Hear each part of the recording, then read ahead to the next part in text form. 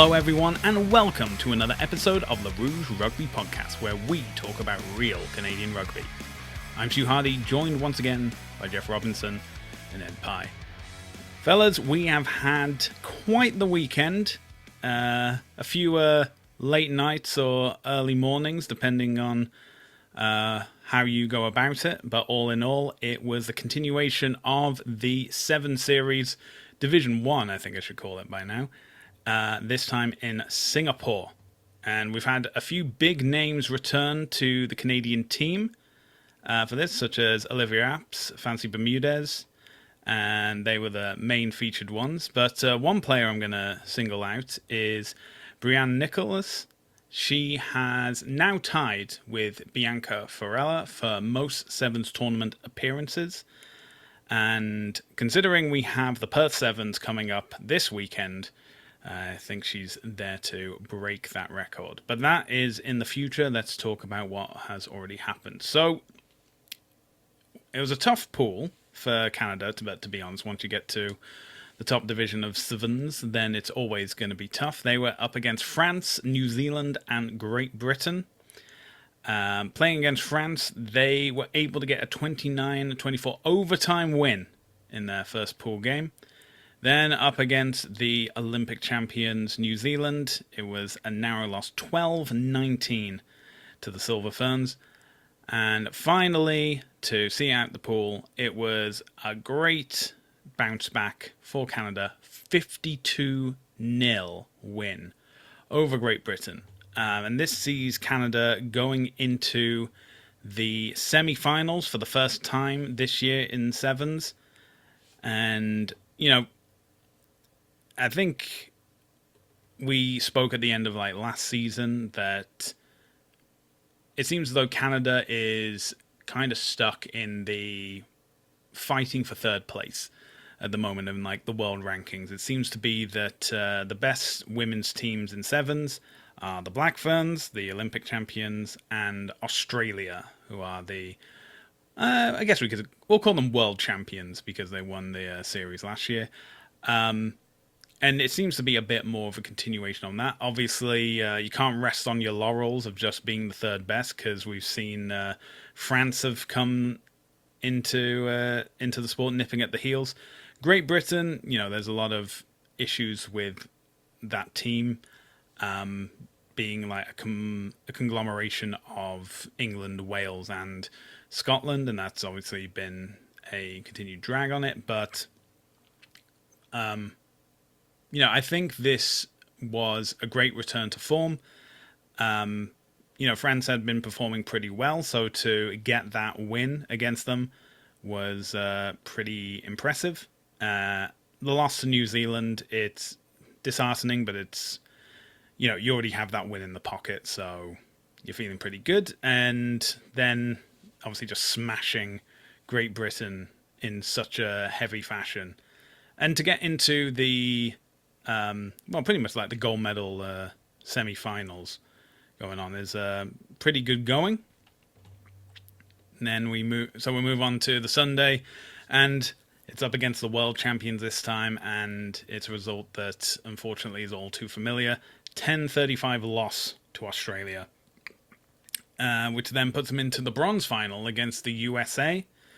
And, they began this round of sevens with an overtime win, and they end it with an overtime win of 24-19 victory over the USA to get that final bronze medal and finish third, which is their best finish to the season so far. Ed, I'm going to throw it over to you, first of all. I mean, we see all these big names coming back into the sevens fold, especially after World Cup year, some of the players even doing a little stint in the Premiership Women's Rugby. But how great is it to have this caliber of players back on the sevens pitch?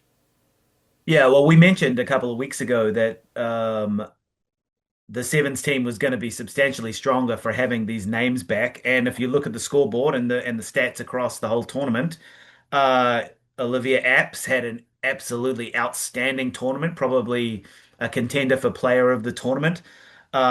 Chrissy Scurfield was awesome. Quite a few tries there as well. Corrigan was another one who backed up and was scoring tries. Christian Norston as well. I mean, she is one of the more skilled players in the team. So, they were the catalyst for Canada's performance in this tournament overall.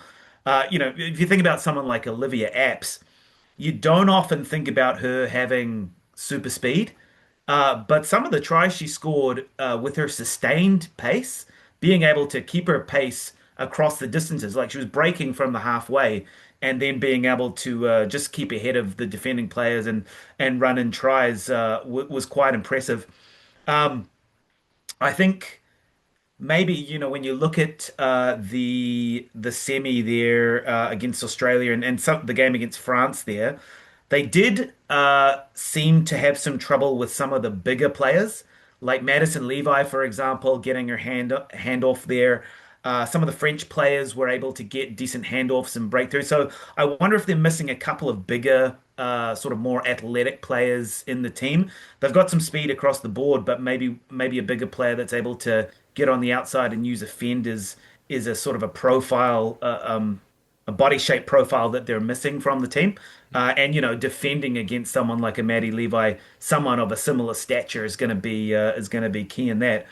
The other interesting takeaway I had from the tournament was Fancy Bermudez. I wonder if in 15s we will see her starting to play in the midfield. She looked every bit a 12 rather than a winger to me. She was playing more of a power role for the sevens team there. Like, wasn't a lot of open field breaks. She was the one taking it into contact, making momentum and gaining meters. So I wonder if her future in 15s might be more in the midfield than on the wing. Interesting observation. Um, Jeff, I'm gonna throw it over to you now. We've had the best result for Canada women this season, and now we're immediately going to Perth to hopefully continue that as well. I guess when we look at this and we're seeing these players that have been in the mix of both sevens and 15s, it's really paid dividends out. Is it? I'm obviously touching on the women, but I think that I think the men's sevens team also could benefit from getting maybe a few of the guys currently playing 15s to come back in. But what do you take? What do you make of this scenario, and how can the improvement we've seen from the women be reflected in the men's seven squad?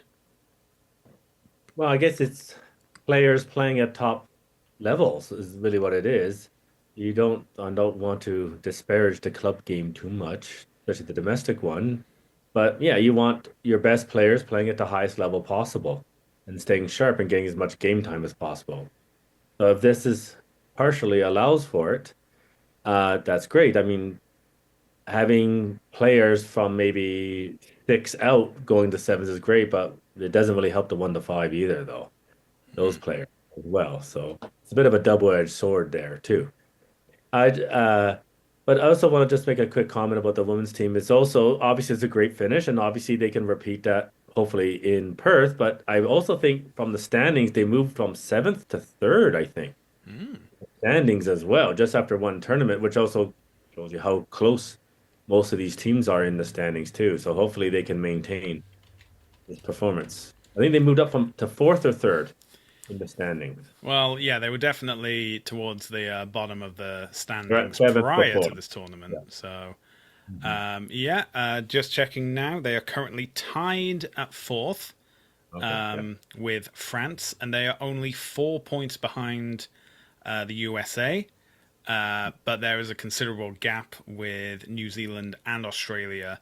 In Australia is 16 points ahead of the USA, 20 points ahead of Canada. And as for New Zealand, they are currently on 58, which is 22 points ahead of Canada. So that comment of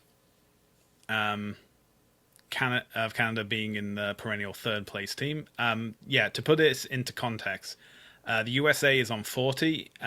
Canada, France, and Japan are all on 36. Fiji is on 32, and Great Britain is on 18. Other So, than, which is a bit of a surprise, to be honest, that they're so low.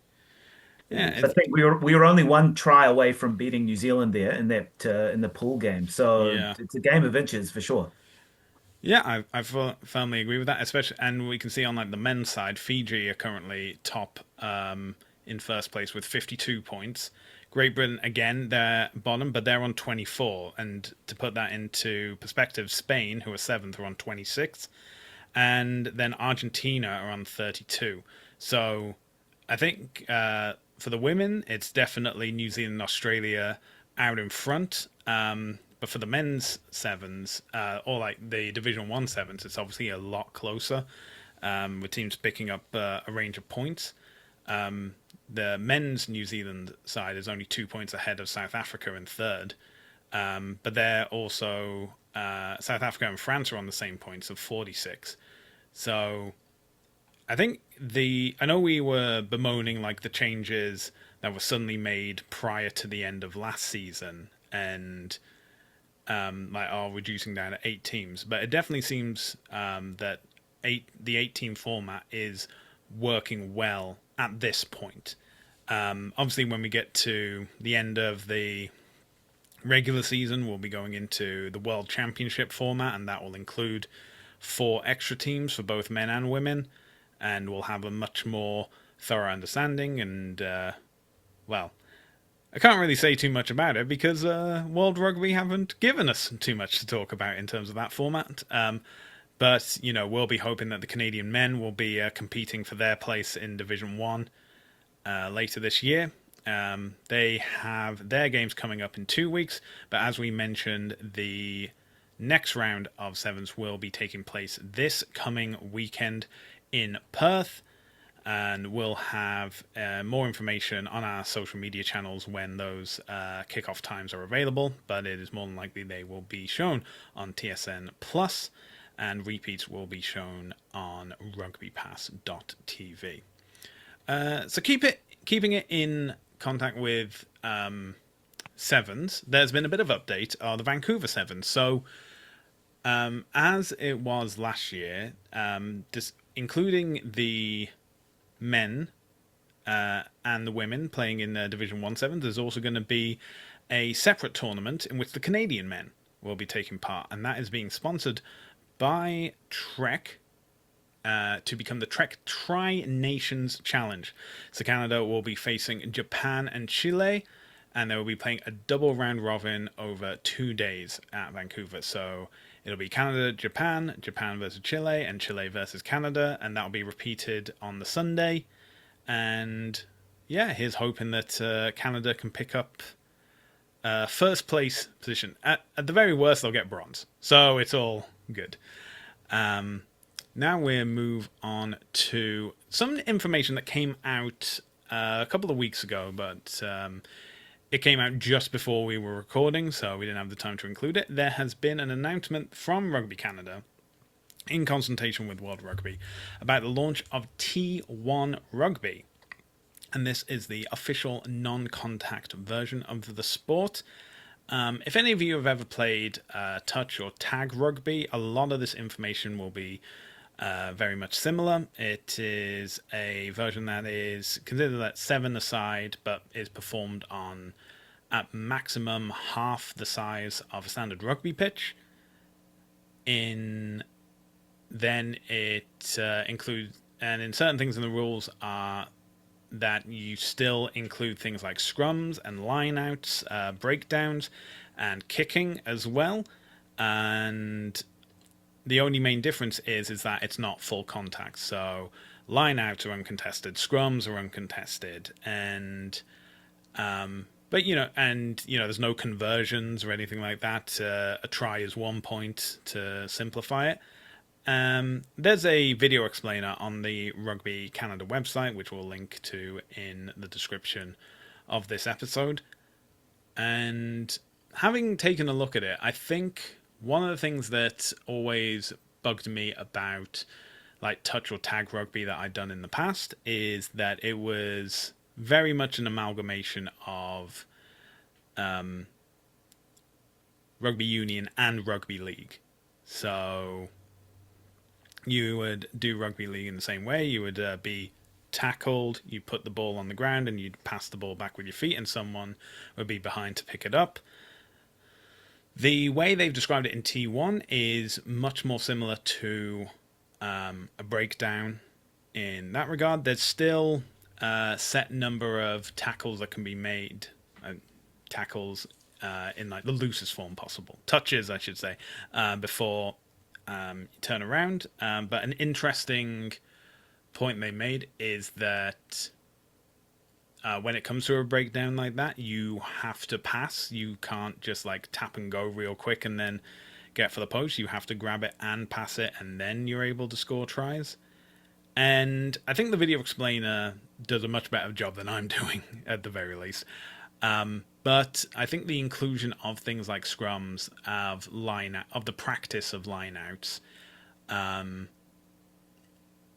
is important because this form of rugby is being targeted at school ages, so especially like elementary school and middle school ages. And the one big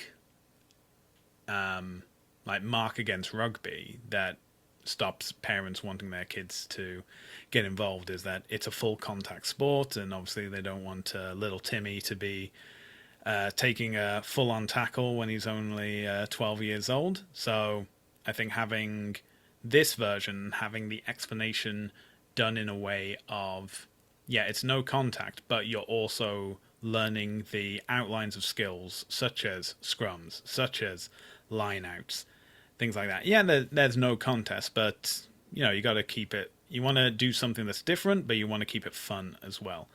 That being said, I'm not a parent, so I have no experience of getting my hypothetical kids into rugby. Jeff, as a parent, what do you make of this announcement?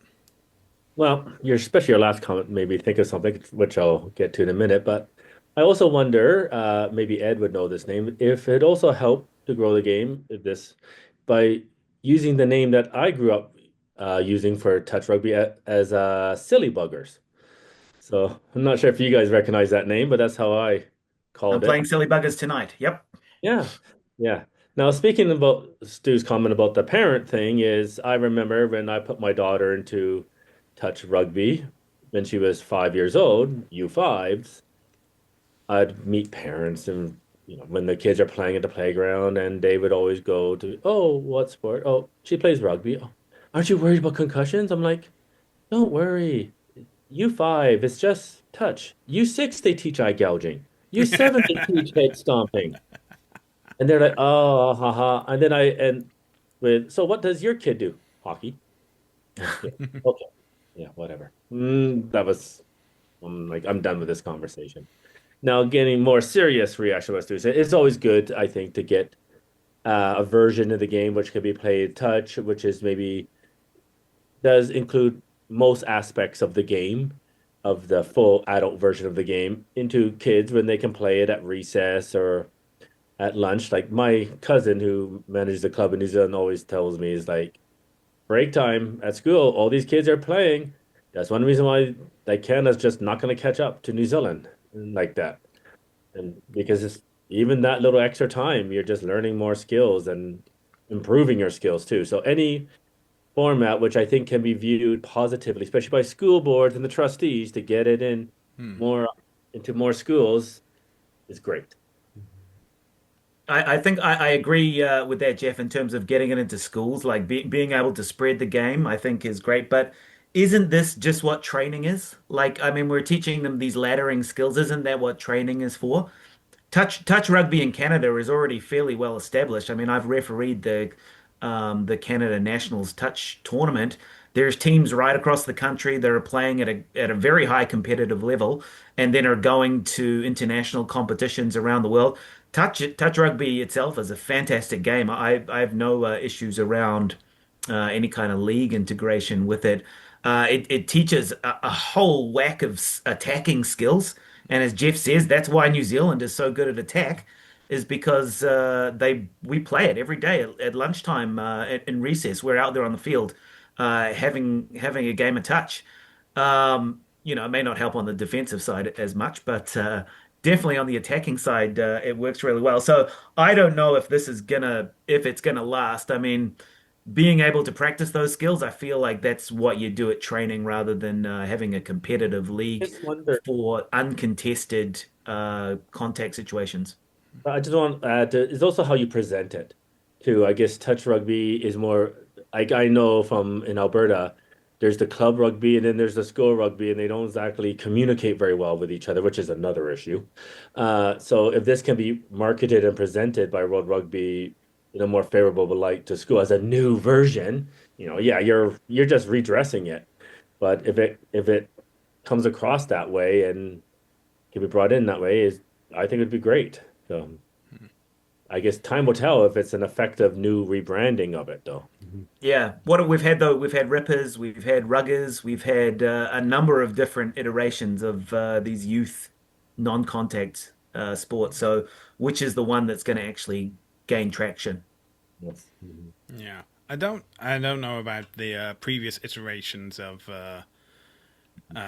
these kind of programs that try to get more kids involved in rugby. And yeah, I agree with you, Jeff. Anything that can get the parents and the trustees on board with it and gets it being taught in school. I agree with you, Ed. This is training in the sense of, this is just the beginning step for hopefully a lot of kids to get into rugby, and then when they get a bit older, you can implement things like tags and tag belts, so they begin to understand where tackle height is and such things, progressing upwards until you get to the full contact that's needed for competitive rugby. And so it'll be, I think it's more of a case of that the pathway from school to university is clearer and begins much earlier as well. And also, if you're an adult and you got a bunch of mates and you want to play rugby and you don't necessarily want to fork out for a bunch of tag belts and tags and stuff like that, as long as you can get a ball, you can say, all right, we're just going to play in the park. We're going to put down a bunch of like hoodies and jumpers and stuff, and that'll be the out of bounds line, and then we can determine how we play and stuff, and just crack on and get going. And again, Ed, you've seen different variations of the same thing come through. They all promised that they were going to be the thing that got kids involved. Now, I will say that on the press release is that whilst World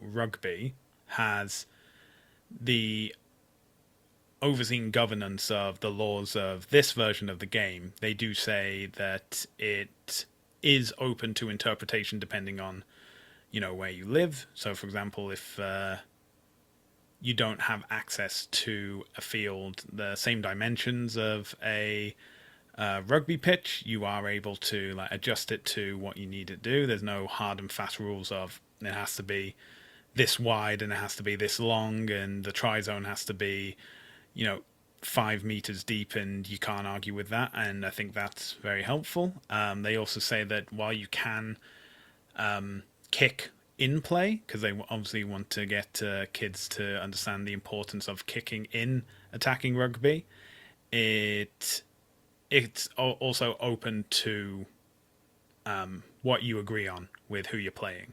So you can play indoors, hopefully on a softer surface, but if the ceiling's not too high, then maybe no kicks allowed for that game.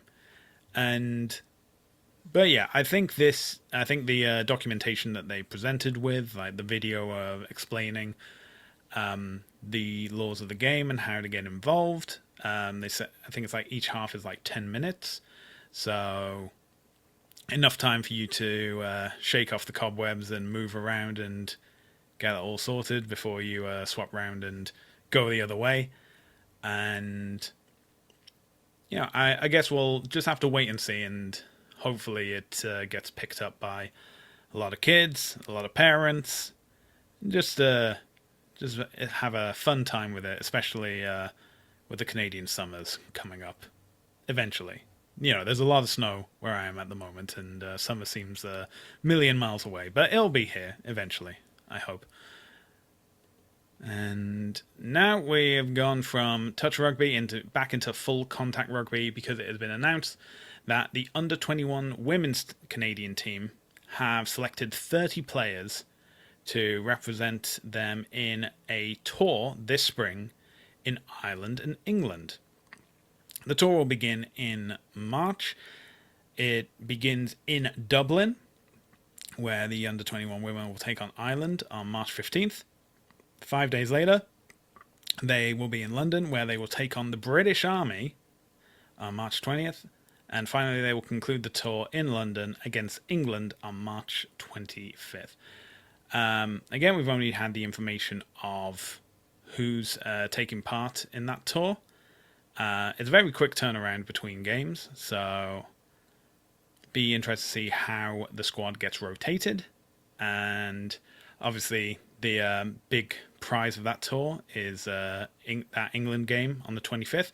Although that said, last year Canada did a 2-match tour of Ireland. They won the first game, lost the second one. So maybe this is the winner takes all third game in the series decider, Canada-Ireland. But yeah, it'll be interesting to see how that all unfolds. And when we have more information about it, we will release it on our social media channels, or maybe in an upcoming episode, probably in March at this rate. So we'll keep you all alert on that. But the big news that came out this week was the announcement not of the draw of the games, but when they will be taking place for the Men's Rugby World Cup.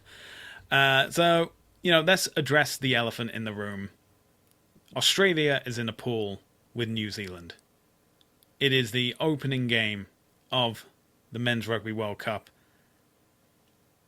You'd think that Australia would have New Zealand as their opener, get the most eyes on the product, but instead they've chosen to go with another team in their pool, the ever-fearsome Hong Kong China. Because I want to remind you guys, Hong Kong China have never lost to Australia. They've also never won. They've never actually played them at this point. But that still holds soon. They don't have a perfect record against Hong Kong China. This is a big gamble, I think, to get one of these teams up against the minnows known as Australia. But what do you make of it? Jeff, I'll ask you first. Well, they kind of, I guess, hooped themselves by announcing Perth long ago would host the opening game. I understand why they didn't go with the All Blacks. I understand why. I mean, because Perth Stadium is about 65,000 seater, where I think they're going to be playing the All Blacks are probably in Sydney, which would be about 85,000, 90,000 seater. That's why. Like this, that's the elephant in the room there. It's ticket sales. Well, there's actually 2 elephants in the room, Jeff, and maybe I'll speak to the other one, but sorry, go ahead. Yeah, well, I was going to say, I personally would have gone with Chile. At least they will put up some defense. I mean, I dread to think that it could be a cricket score there, like 100-5 or 100 like that. And yeah, it's just not good for the game in that regard. So once they came out, Perth is hosting the opener, which is great for that city, and it's great to spread out the games and not give everything to Sydney and Melbourne. But yeah, and when they got that draw, it was just, I still would have gone with Chile. And I understand why they didn't go with the All Blacks. That, and also, I guess the other elephant is they might not win that game either. So yeah, so I understand why they didn't go with the All Blacks. It's just I would not have gone with Hong Kong. Yeah, the amount of viewers they'll get turning off. The players. I don't mean that disrespect to the Hong Kong players either. It's just reality. Right. Okay. the amount of players they'll get not players, sorry, fans they'll get turning off and tuning out of the tournament if Australia gets slapped by New Zealand in the first game, it will be massive. So that's I think one of the main reasons they've made that game second. They can build a bit of momentum. If Australia does well in the first game, even if it's a cricket score, they'll be like, "Oh, Australia's going to do well in this tournament." You get that investment from the fans. So I think that's one of the key reasons there.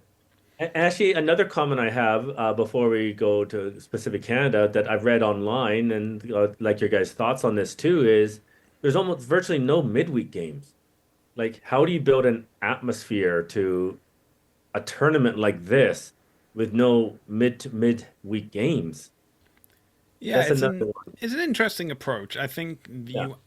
I put together like a simulation of what a 24 team Rugby World Cup could look like, and you absolutely could have midweek games. And the thing is, like, you wouldn't have any games on Mondays just so that you have confirmed like rest time for each of the teams and such like that, and then you just have to keep in mind of having like the last pool games being played simultaneously to ensure that no one's gaming the system to try and get ahead of Again, like two someone or else. 3 days of each other, all those games. Yeah, you Yeah, can do it. it is fully possible. I think they may have taken some inspiration from the Women's Rugby World Cup and how the use of double headering on the weekends not only generated a lot of revenue in terms of ticket sales, but a lot of interest in the hype building up to those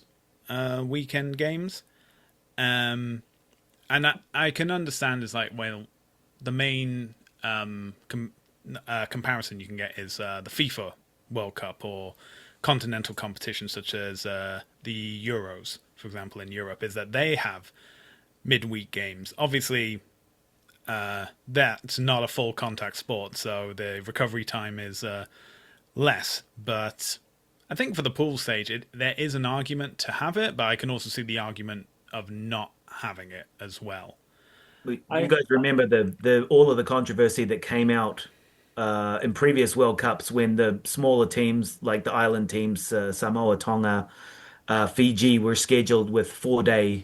breaks Yeah, between matches. So that it's got to be a minimum of at least 6 days between games. I think that's one of the and So criteria they're they going. have actually done that. So, for example, Canada have 6 days between each of their matches, so it balances out really well. And yeah, it's a 4 day thing. It's Friday, so it's Fridays, Saturdays, Sundays, and Mondays. It's I think there's also been a lot of complaints that a number of the games aren't being shown at times that are positive for or like accessible for a European audience, which is obviously like the biggest audience for rugby. But then my argument as well is that there are other nations in the world, and yes. also I think the main focus for World Rugby is the same thing that it has to have for every single World Cup, is that its revenue comes from the ticket sales of these games. Yes, you have like Ireland, Scotland in Perth at an hour that isn't, generally beneficial for prime time viewing for Ireland or Scotland. But the most important thing from World Rugby's perspective is how many tickets can we sell to this? How many Irish fans and Scottish fans are going to travel to Perth, buy tickets for this game to just be like, hey, I was in Perth, I was at the World Cup, and I saw this game. And so I think that argument is, pretty low, pretty weak Yeah. in that regard. Pretty hollow. My rugby club already has 100 strong group going. The tickets already booked. Yeah, With exactly. the schedule out now, it's that's now starting to get more confirmed. But there'll be large numbers of people traveling there to go and watch it. Yeah, there's going to be tours, like tour groups saying like, oh, you want to go follow, Chile in their pool stage games. Okay, we now know they're going to be in this city, and this city. If you book with us, we'll make sure you have hotels and flights and stuff. And yeah, I can definitely see people pulling things together, or even just like a city weekend pass is like, oh, if there's going to be 4 games for the pool stages and they're occurring in Sydney, here's a couple grand, and we'll get you your tickets for those games, and you can enjoy that, and we'll put you up in a nice hotel, and this is how you get to and from the airport, kind of thing. Yeah, we're going to time zone. Like they exist. The people got to grow up about that. Yeah. You can't get everything, and like I'm not gonna criticize Hong Kong being there because Hong Kong, China, because well, this is how also you're growing the game. Like you need these teams to get there. It's like I know other comments I've seen is a lot of people saying, "Oh, on the pool stage, there's not a lot of like really interesting games." Well, this is also rugby's fault for not doing a World Cups Mm. earlier, like decades ago, for not expanding it for earlier, especially in the 80s and 90s, where teams could get those growing pains without with less media scrutiny. Not Yeah. unlike now, where the media also is just you got to create a story. So Mm. let's create a story now. I mean, like FIFA grew the game, and I know it's an easier game for like teams to play defense on than rugby, so to keep scores closer. But this is like long term, rugby Mm. will like, benefit more from this if they have the guts to keep it Mm. going at 24 teams, and then slowly, maybe in 2 decades, 28 teams and stuff like that. Yeah. Because the goal should be to get it to 32 teams, and that's Yeah. I think is an ideal number for a World Cup. But Uh, I mean, that's a long-term goal. That's like Yeah. 3, 4 decades away. But I, this I is think things they have to go through. Mm. And to, sorry, to just one more question, one more comment before, and because I also would ask you this is, are there any times like time conflicts in the schedule? Because that is ridiculous if there are any. I don't think I so. I'm not But 100% sure. Obviously, our focus has obviously been on Canada's games, and yes, yeah, anything else is just gravy at this point. But that is a good question. I'll check because that. that is the best reason to also to have midweek games too, is to stop avoiding any time conflicts because everyone should be able to like I'm talking about TV viewers should be able to watch every game without having to record one to watch later because of a conflict.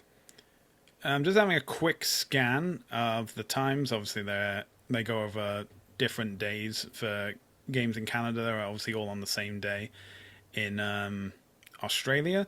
No, I think the closest time in terms of a clash is I think it's like 45 minutes, and that's Japan USA in Pool E, and Tonga Zimbabwe in. Well, But that's enough and time for a that and bathroom that I break think is and the talk to beer. only one to my knowledge. Everything else has a minimum of 2 hours between each games. I think that one is just like more unfortunate. I mean, obviously I know there's been issues in terms of like venue availability because there's an NFL game taking place at like Melbourne Cricket Ground, and so that renders it unavailable for any pool games, and therefore Of that Australia game. yeah. So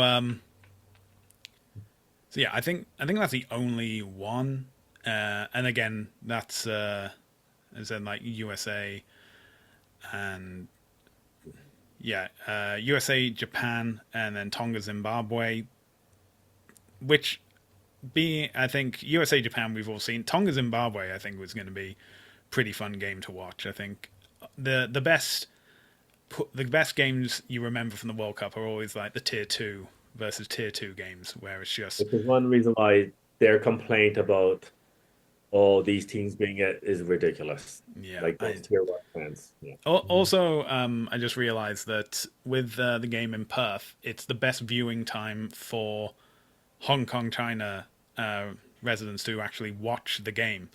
They So might not want to. yeah, they may not want. Well, they may tune in for like the warm up and however long it takes for the first try to be scored by Australia. But that'll be if we can get even 20% of over a billion people watching that game, it'd be definitely going well. But anyway, let's focus on the three games I that. think Ed wanted to say something, so Oh, sorry. sorry if I Oh, no, no, spoke over I've you. completely forgotten. But I was just going to say I'm happy that New Zealand is playing all day games because if they're playing an evening game in Australia, that's like 2 or 3 a in the morning in BC. So the schedule's worked out quite well for my viewing. All right. Well, let's move on to the viewing for the Canada games. Opening up with the most difficult opponent, I would say, is Argentina on Monday, October the 4th at 1:45 a.m. Pacific time, 4:45 a.m. Eastern time. That game's taking place in Brisbane. Then it's Canada Fiji, which is actually the of the three opponents the most played fixture we have at the moment. But that will be taking place on Sunday at reasonable o'clock of 6:45 Pacific, 9:45 Eastern, and finally concluding with Canada versus Spain on Saturday, October 16th, 3:15 Pacific time, 6:15 Eastern time. All so yeah, Spain is in the morning, Argentina in the morning, Fiji in the afternoon, evening. So it's a bit annoying from like my perspective, being on Eastern time, that what's the game that I don't have to wake up early for or stay up late for? Oh, it's the one that they play every single year at this point. It's a shame, but it is what it is. Yeah, I think Argentina. Spain game is a good time for you to prepare breakfast for your better half. Yep. Yeah, Yeah, you know what? I think that's multitask. That's what I well. do when I watch Six Nations in the morning. Well, that's the thing. I have to be sleeping in the other room because if I wake her up at 6:15, that is gonna. Well, I'm gonna get an earful to say the least. Yeah. But ultimately, I think that this actually probably works out well from a Canadian perspective in that the game that is going to be far out of your reach is like the first one, and I think it's the all Americas clash, but yeah, like Canada haven't played Argentina proper in I think like a couple of decades at this point, but they've all 2005 maybe or yeah, 2007. it's been the Argentina 15 that they've been playing in the Americas Rugby Championships during the 2010s, and even then they were losing to that Argentina team pretty thoroughly, unfortunately. So I'm not holding out much hope for that one. The one against Fiji, I think that's also, as we've seen, is going to be a bit of a step too far. Fiji's partial to an upset, though. Remember Uruguay at the last That World is Cup? true. Yeah, that is true. I hope that the Portugal did it. Portugal upset. Portugal did it in 23. Uruguay did it in 2019. So 2019, that's right. let's keep the trend going. Let Canada get that upset and not Spain, because if Spain get that upset, oh boy, Fiji are going to be wanting to secure that bonus Yeah. point win against Canada. And then finally, Canada Spain. This was a game that Canada easily could have won in 2025. Just the final penalty of the match took it away, and I think this and with the emergence of the Nations Cup, regardless of what you think about it, Canada will be playing Spain now on a regular basis, and I think that this will definitely be one that's worth getting up for, or taking a midday nap the day previously so you can get your sleep in. But no, I think this is going to be the one to watch. But are there any matchups that you guys are interested in looking at, whether it's Canada or any of the other teams? Well, first, I just want to go with like the scheduling for Canada's games, if I may.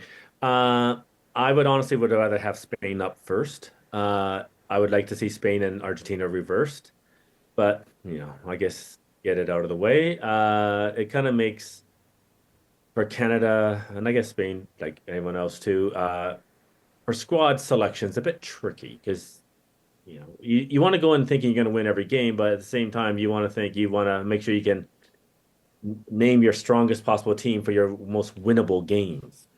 So in that regard, I think it's kind of tricky. I mean, like I guess With Spain being last, it's probably going to come down to which squad is going to be healthier, which key players in each squad is healthier is going to decide who wins that game, most likely. So hopefully Canada will have the better luck in that regard. So that's my comment about the Canada stuff. For games in the pool, it's obviously Australia, New Zealand. I think Ed would agree with me on that one. Hmm. I think there was a Scottish game too that was quite. I'm trying to look at the schedule right now, but Scotland, Ireland, I think that's probably yeah, the one you're talking about there, Jeff. Scotland, Ireland too. Yes. I guess USA sent Samoa hoping that USA can finish last in their pool. Yes, I am that petty. Hmm. So, I mean, in the pool stages like that, and I think Wales had a game too. Yeah, they have Uh, a game against Zimbabwe, which might be the only game they win. And and I'm, I'm talking out between now and then. yes, and was it Yikes. where's England in there? Oh I can't yeah, think. it'll be England Wales Yes, that was another one to too. conclude their pool. Which so I think that's definitely going to be. And it's also going to be interesting. Like you're really going to have to watch the tables because it's also going to come down to bonus points. Yeah, it's Hmm. the It's really going to come down a lot for that knockout stage. it's going to be the four best third place teams that'll advance to the round of 16. Yeah, some They game. announced who auto qualifies after outside of this one. Because in the past it was the quarterfinalists, which is another thing I disagree Yeah, with. they haven't announced it yet. I think that It's probably going to be the quarterfinalists again, not the I one. want to say it's a quarterfinalist, but if there's like a serious admission like England or even Or England or Wales, I think Australia we will or write it. if if one of those teams don't make it to the quarterfinals, they may just say, "Oh, round of 16, everyone who got their advances automatically." Typo in the press release. Yeah. There's You know what? We'll probably find out the day after the round of 16, where they'll be like, "Oh yeah, we definitely meant everyone in the round of 16 qualified. Definitely not the hosts that But we were released eliminated." it. What are there's you there's some talking about? really tasty matchups for me. Argentina, Fiji. That's going to be a big one. Fiji will look to improve on what they did at the last World Cup. Uruguay, Portugal. That's a Yes, battle of the up and comers. Those two teams were fantastic in previous World Cups well, as the the sort of Fijian minnows. who claims the title of Fijian upset champions. So. Yeah. The two Georgia games, South Africa, Georgia. If I'm not sure if you guys have watched the highlights from the last South Africa, Georgia game, but that was a physical game. Like big tackles. Georgia scored the first try. It was that was a pretty good matchup, even though South Africa ended up winning not hardly. But then Italy, Georgia as well, because Georgia's complained for the longest time that they should be in the Six Nations. Italy was has obviously been down the bottom of now taken by Wales. But Hmm. George has constantly said, let's play Italy to see who's the best team to be in the Six Nations. And then Wales Tonga, I think, as a minnow game, which is unfortunate for Wales that they're going into the minnow category. But Tonga could upset Wales there, I think. Yeah, I think that. I mean, Fiji almost upset Wales at the last World Cup, and if it hadn't been for a knock on, it could have That's right. definitely changed the outcome of that pool. Like, So some games that I'm personally interested in is Wales Zimbabwe. Again, it'll be interesting to see if Wales can actually win that one. Ireland Portugal. Again, I think that's going to be. Sorry, not Ireland Portugal. Ireland, Scotland. Well, Ireland Scotland. Well, we have that game coming up in the Six Nations anyway, so it's the Portugal Uruguay game. I'm just having a quick scan through. Chile Hong Kong. I think that'll be a fun fixture. Argentina Spain, the first entirely Spanish speaking match of the World Cup. I think that'll be definitely And one for the the ref books. will be able to not speak Spanish. Yeah, I think you have to have a Spanish speaking ref for that, but I understand that you may need to have a number of translators on your broadcast team in order to get that done. But I think talking to the players in Spanish, but if you can talk to the TMO in English, that will definitely help. And Well, I yeah, I think think. Sorry. I was gonna say I think like to be honest, we could probably pick out the pool winners from each pool now. But there's really going to be, I think, battles for second and third place, and for, as you said, those four extra sides to make it to the round of 16. And so that can make it a very exciting, like pool stage for the World Cup. It's not going to be so top heavy focused, which is okay. You have the knockout rounds for that. But I think like if it was a better schedule, going back to my point about the midweek games, you really could have had a real like atmosphere going at this World Cup if it's maybe a bit better scheduling. Yeah, maybe that's something to look into for when the USA hosts in 2031. Oh, yeah, because the Women's Rugby World Cup I don't think is going to be expanding to 20 teams anytime soon. So I think they'll probably have a continuation of the 2025. But to be honest, with 16 teams, you have 8 games. You can definitely do that over weekends. So I think that's a more reasonable understanding. 24, that's pushing it a bit much, which is what they've done with moving games to Friday and Monday. But ultimately, I think that, the hype is building, as you said, Ed, that people are looking into getting flights, getting their travel plans sorted to go to these games. And it's, about just over a year and a half out to these games now. But what a great time to start saving up and making sure that you are able to go watch those games. So, unfortunately, we're going to be a while until we get some World Cup action going on, but this weekend we have the return of the Men's Six Nations, and this year it is going to be on Premier Sports in Canada, which is an over-the-top channel available online. I believe, what is the annual subscription price, Jeff?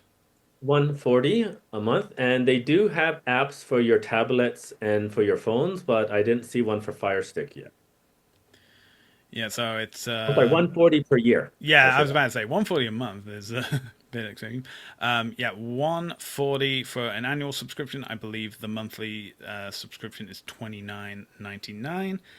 And you can visit premiersports.com to subscribe and download the app. We do have the Sevens game in Perth, and that will be on TSN Plus, and the Premiership Women's Rugby is continuing, and you can watch all those games on repeat on YouTube. And if you enjoyed this episode, be sure to check out more, as well as our written pieces, on our website, therougerugby.ca. You can also find our podcast on Spotify and YouTube at The Rouge Rugby. We're also available across social media, including Facebook, X, Instagram, TikTok, Threads, and Blue Sky, all at The Rouge Rugby. Jeff, where can people find you on social media? You can find me on X at WP Rugby Jeff. And Ed, where can people find you on social media? YouTube and Facebook, Rugby101_25. And you can find me across social media at Hardman, spelled H4RDMAN. Well, that's where we're going to end this episode. Jeff, Ed, thank you for joining me, and thank you for joining us for another episode of the Rouge Rugby Podcast, where we talk about real Canadian rugby. We hope you can join us again next time.